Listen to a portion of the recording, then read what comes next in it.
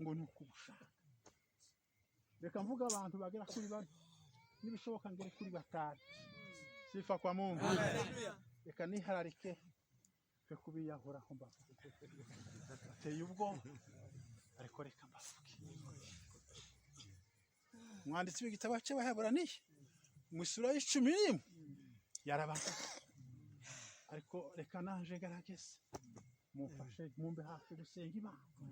bikavuga ngo wa mbere ni Abeli ngo yashakishije Imana amaturo sifa kwa Mungu yigeze asenga nta butayu yagiraga yigeze apfukama ntaho yapfukanye muri Bibiliya muzosome nta rusengero yagiraga nta kanisa yagiraga ariko ngo ashakishe Imana amaturo ati Imana nzoyiha inka yaba nziza ati niy'Imana yabona ikindi ciza ati niy'Imana intama yaba nziza ati niy'Imana Yezu akayimana yakora kandi ati nakima Imana iraruhaga amaturo ye sifa kwa Mungu tukavuga ngo sinzaza mu butayu uzoyihata amaturo bizirebere nawe uzobe ngihata amaturo uyitsindagira amasadaka amazu zirebere ibintu bizakuba nuko ngo araruhabere nyine arafa umva Bibiliya ukwizivuga sifa kwa Mungu ngo nubwo yapfuye barashakwa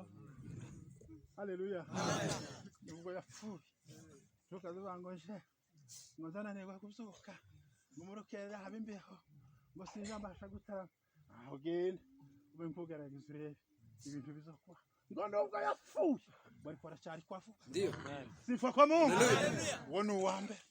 wa kabiri Bibiliya izitubwira ngo hasubiyeho umugabo witwa Enoki baravuga sinzasenga ntaho yasenze nta kanisa yagiraga kandi ubushemasi yagiraga kandi ikindi kintu yagaza akora kandi ubutayu tuziho ariko ngo yagaragaje kwirinda bagendana n'Imana Imana yakandagira akakandagira yari imbere y'Imana yari inyuma y'Imana Imana ntawe uzuyije imbere haleluya ngo Imana yashinga ikirenga akakishyiraho ngo biraruhane ikirenge cye agihwanya n'Imana Bibiliya iravuga ngo nezeza Imana ariko rero bikavuga ngo nubwo yapfuye ngo yapfuye akicizera haleluya kandi ngo maze gukurwa mu isi hari ijambo zaku akiba mu isi atarapfa ngo alikuwa ameshuhudiwa ngo yari yarahamijwe ngo yanejeje Imana ewe akiba mu isi atarapfa ngo baramuhamya ko yanejeje Imana Bibiliya ikatubwira ngo agenda adapfuye aja mu ijuru sifa kwa Mungu itorero nirigera mu gorero kwiye izagenda ridashira Imana idufashe ubu nibo bashatse guromo nguko ko murayibaza wa gatatu no mugabo witwa Nowa Bibiliya yanje abanzavuga ngo yarigwiyemeza mirimo yagaza akora ibintu bitarabikorwa n'abantu ndakunda kubivuga abantu bakunda kwikenjerera nimba ari igikurero mvuze nimba ari hari ikintu mvuze siza nshobora sinoturuka hariya muri sarongo harakomeye uriya muzigo sinowikorera ariko Nowa ngo yari rwiyemeza mirimo agaturuka hagoye agaturuka aharemereye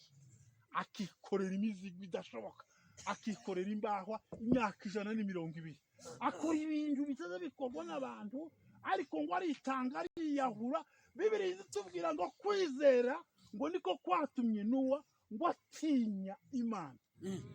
sifa kwa Mungu ngaka kajambo kwizera niko kwatumye Nowa atinya Imana Yesu kutinya Imana abantu bararuha baraza baramubwira bati Nowa uri umusazi dore ibintu bitatu tukubaza ese kintu kizokubwira kuko inyamaswa zizoza ku ruhusa rwawe wewe Nowa zagatare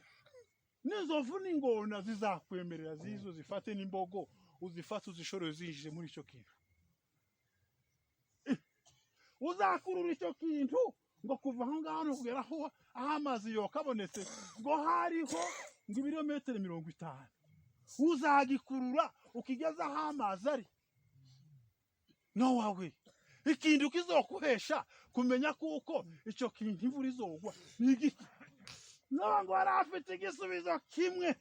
cyamubwira ngo ndi mumbaza yose yafitiye igisubizo. Igisubizo ni kimwe, Uwiteka niwe.